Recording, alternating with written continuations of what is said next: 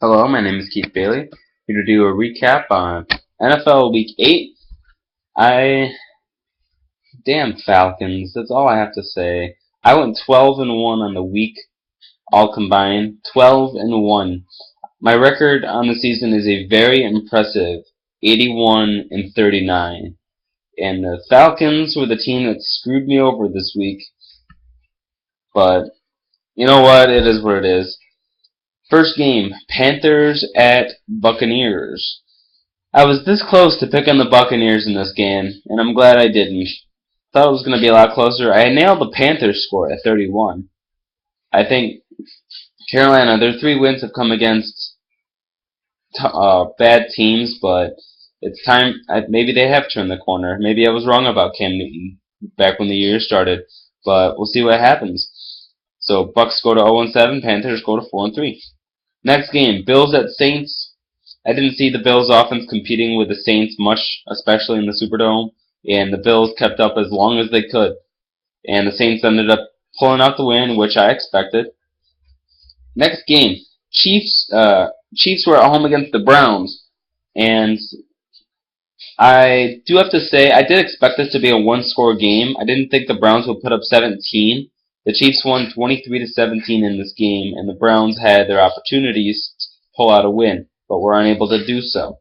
The Chiefs are a very flawed 8-0 team, but they're still going to be number 1 in my power rankings. Whether their schedule is easy or not, they're 8-0. No other team is. It takes a lot of strength and competitiveness, especially to go 8-0 in a league that we have today with a parity. And Cleveland, Jason Campbell actually played really well. Came in and played pretty well for Cleveland. I don't think he's the answer, but I think he's going to get them through the rest of the year, and he might get a couple wins. They could squeeze a couple wins out of him.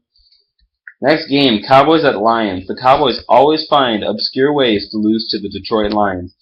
Last time they played, I believe this was the 34-31 game. I think this was the game the Lions were trailing by 28 points and they came back and won. And similar kind of story, only the Lions weren't down as much. The Lions were able to get the final touchdown with like 10 seconds left in the game, and Dallas just completely threw the game up. Very good win by Detroit. This is Matthew Stafford's, this could be his defining game, turning the corner. And I like what the Lions are doing. And the Cowboys, they're still in first in the NFC East, but got a couple teams in there creeping up on them now. Next game, 49ers at Jaguars in London at Jaguars. I don't really think I need to say much about this game. Score was expected like this. Next, Dolphins at Patriots. Miami had a 17-3 lead and then blew it up. Started with a missed field goal and then a turnover by Ryan Tannehill deep in the Patriots territory. In their own territory. The Patriots capitalized on it, but the Dolphins aren't going to win games. This is their 4th straight loss after 3-0 start. This is the Dolphins are the front runner for the gotcha team of the year. Last year it was the Cardinals who started 4-0 and finished 5-11. Could be the Dolphins this year. Next game, Giants at Eagles. I'm glad I called this one. I saw the Giants play, and Giants have been playing tough besides that Carolina game, and the Eagles' offense hasn't produced anything in 2 games. So I wonder how's Chip Kelly's offense doing? You know, it's supposed to be really good, and they've just really sucked against less than average defenses against the Cowboys and Giants. They've put up a total of, I think, 3 offensive points. These 7 points, I believe, were not offensive. Next game, Jets at Bengals. I got a lot of crap from one of my friends last week because I put the Jets below the Titans in the power rankings.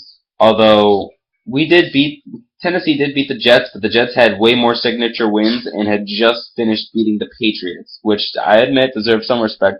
I refuse to put them higher than 17 for one reason. I still think they're overrated. And against the Bengals, I think my claim has been justified. They lost by 40 points to the Bengals. I really don't think the Jets are that good. I think they've just caught in their opponents that they've won on a bad week. And I wouldn't really even consider Atlanta as a successful shocking victory anymore with the way the Falcons have been playing. Damn Falcons. Bengals win 49-9, and Cincinnati is playing, and they're one of the best teams in the AFC right now. Everyone's talking about the Broncos and the Colts being the top two in that conference, but it's the Chiefs and Bengals that hold the top two seeds right now. Next, Steelers at Raiders. I picked this one, and it started from the beginning. Raiders jumped out to a 14-0 first quarter lead, and they never looked back. And the Steelers tried to catch up, but just ran out of time. The Raiders win 21-18. Terrell Pryor could be the answer for that franchise that's been desperate for a quarterback for years now. Next, Redskins at Broncos. The Redskins hung tough with Denver, just like Buffalo did with the Saints, but just couldn't hold on in the end. And the Broncos blew up 38 straight points on them.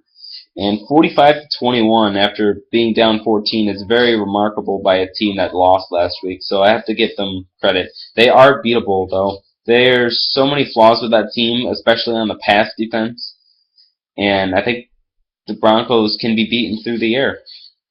Next, Falcons at Cardinals. I'm not going to say anything about this game besides the Falcons are a lot worse than we thought, and the Cardinals play tough as nails at home. There you have it. The Cardinals are a 4-4 team, and teams need to start taking notice because they are overshadowed by the Seahawks and the Niners, but they've been playing very impressive football. Next, Packers at Vikings. Vikings with Christian Ponder and put up 31 points, but their defense was what cost them the game. Ironically, in this one, the Packers put up 44 points on them. 44-31 was the final. And the Monday Nighters, Seahawks at Rams. We got the sloppy Seahawks team this week. And the Seahawks were able to pull out the win 14-9 by the skin of their teeth. The Rams defense played very well, not taking anything away from them. But Tennessee gets the Rams next on a short week. Kellen Clemens as their quarterback. I'm looking forward to it. But you know what? I'm not going to set anything in stone because being a Titans fan, we always lose one or two games we're supposed to win. So I'm just going to keep my mouth shut until I make my picks. That's your recap for the Week 8 of the NFL season. Please subscribe, and I will do another video in about 5 minutes with my predictions. All right? Thank you.